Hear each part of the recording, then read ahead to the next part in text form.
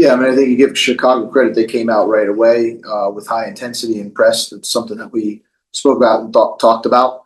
But again, it's a mistake, and those things happen, and we move on. I thought the team in the first half settled in. Obviously, the conditions today with the wind and everything. You could see it played the tale of two halves.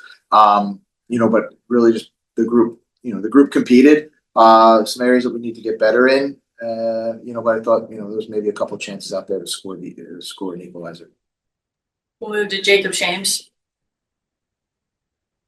Yeah, BJ, this season you have scored 17 goals in 5 matches across all competitions at Geodis and just 4 goals in 5 games away from Geodis across all competitions. What does that discrepancy come down to in your eyes, and what do you feel can be maybe done about it?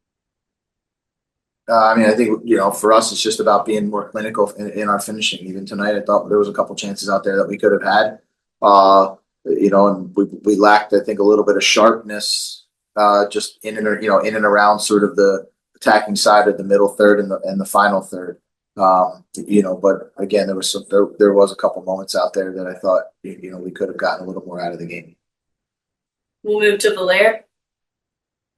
Yeah, BJ, speaking of that sharpness, how much of that do you attribute to maybe the break, the international break, and just not having the consistent games that you were used to, or is any of that attributed to that little break? We're not going to make any excuses. Everybody in the league had the same break. So again, I give Chicago a lot of credit for coming out and with intensity, pressing, really, really dangerous in transition. I thought they defended well. They really defended the penalty box well. And for us, we needed to be able to match that intensity, match the speed of play, and be sharp. For periods of time, I thought it was there, and other periods, I thought it was lacking. And it's again an opportunity for us to kind of still get our rhythm and continue to improve and turn it around for Tuesday. We'll move to Nick Frazier. BJ, when it came to attacking third, talking about the sharpness there, it just seemed like when you guys would try to work through the middle and find some space and push it out wide and bring it back into the middle and across, it seemed like Chicago kind of had that number where they had majority of their guys back into their inside their own defensive third. How do you dissect that, and were you kind of expecting that after the first goal? And do you think your team, I guess, had enough chances tonight to at least get one goal on the goal sheet? Yeah, again, I think Greg does a great job with his team. They're well organized in all phases. Their ability to defend the penalty box and defend the space above the penalty box is really good.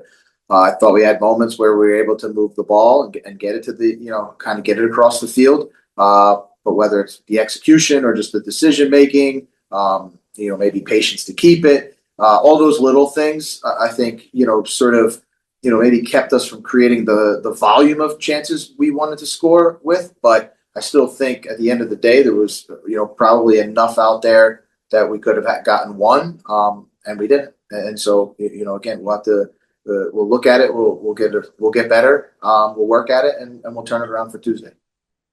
Ben Wright with a follow-up, followed by Jacob Shames. Yeah, BJ, it looked like, you guys, it seemed really emphasized kind of the counter press, and it felt like Chicago did the same thing. And it seemed like it just made the game a little bit choppy. Do you feel like the start, especially towards the end, maybe played into their favor a little bit? And how do you feel like you were able to deal with that? Yeah, I think, again, I think the game was physical. The game had intensity. There was transitions. Both teams were counter pressing, like you said.